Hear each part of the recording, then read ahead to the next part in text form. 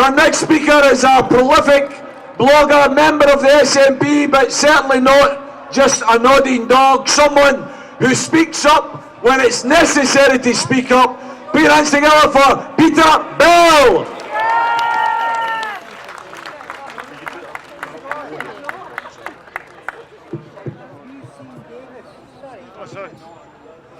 Aye. Last time he was in the pub, Hello. I've seen him. I don't know where he is now. I'll The people of Scotland are sovereign.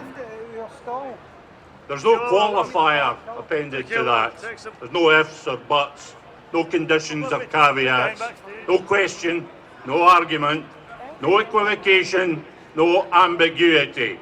The people of Scotland are sovereign. There's a tendency to use that phrase quite glibly. Politicians refer to this people power all the time. Even that great champion of democratic principle, Jacob Rees-Mogg, has insisted that the government must honour the choices of the people, so long as it's the right people making the choices that he agrees with. Yeah, I mean, they're not going to let riff-raff like you make big decisions. Yeah. Imagine if you were left to run something like Brexit, eh? What a disaster that would be. But what are we saying when we assert that the people of Scotland are sovereign? We are saying that all legitimate political authority derives from the people. We are saying that the people are the ultimate arbiters in all matters of public policy. We are saying, quite simply, the people decide. We decide. The people of Scotland are sovereign and we decide.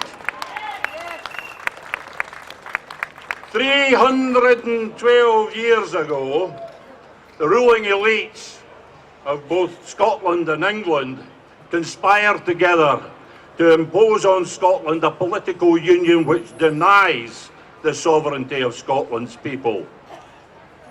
The union is a constitutional device by which the people of Scotland are prohibited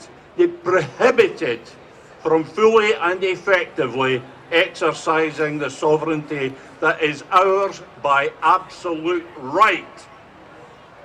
312 years ago, a tiny elite of those privileged by birth or by wealth claimed to speak for Scotland. The descendants of that elite, the inheritors of that privilege, continue to claim to speak for Scotland. I have a message for them. You do not speak for Scotland anymore. We speak for Scotland. The people of Scotland have found their voice. We have found our voice and we are saying the people of Scotland are sovereign and you will respect the sovereignty of Scotland's people. To the British political elite, I say, the days when you could, with impunity, overrule and override the democratic will of Scotland's people are at an end. Those days are over. Finished. But we also need to send a message to our own political leaders, Scotland's political leaders. We must forcefully remind them that the sovereignty of Scotland's people is not negotiable.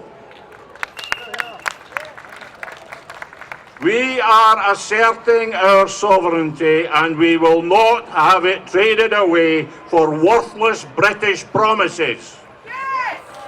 We will not have our sovereignty compromised in a desperate and futile effort to find a path to independence which adheres to the rules made by British nationalists for the purpose of preserving their precious union at any cost. We will not have our sovereignty sacrificed to make life easier for the people we elected to defend our sovereignty. Our sovereignty was sold 3 centuries ago. It will not be sold again.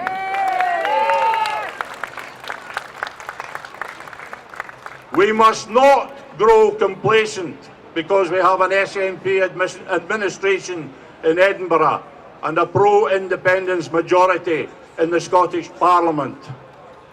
Our First Minister, our Scottish Government and all our MSPs must be repeatedly, constantly, incessantly, emphatically reminded that the people of Scotland are sovereign. But let's end with a positive message for Nicola Sturgeon. Let's make Nicola a promise. Let's give her an undertaking.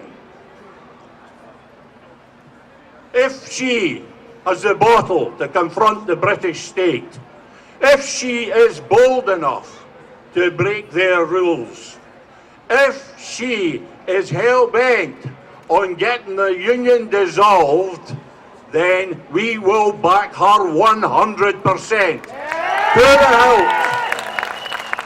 To the hilt. We make that promise, and we are the sovereign people of Scotland. Thank you.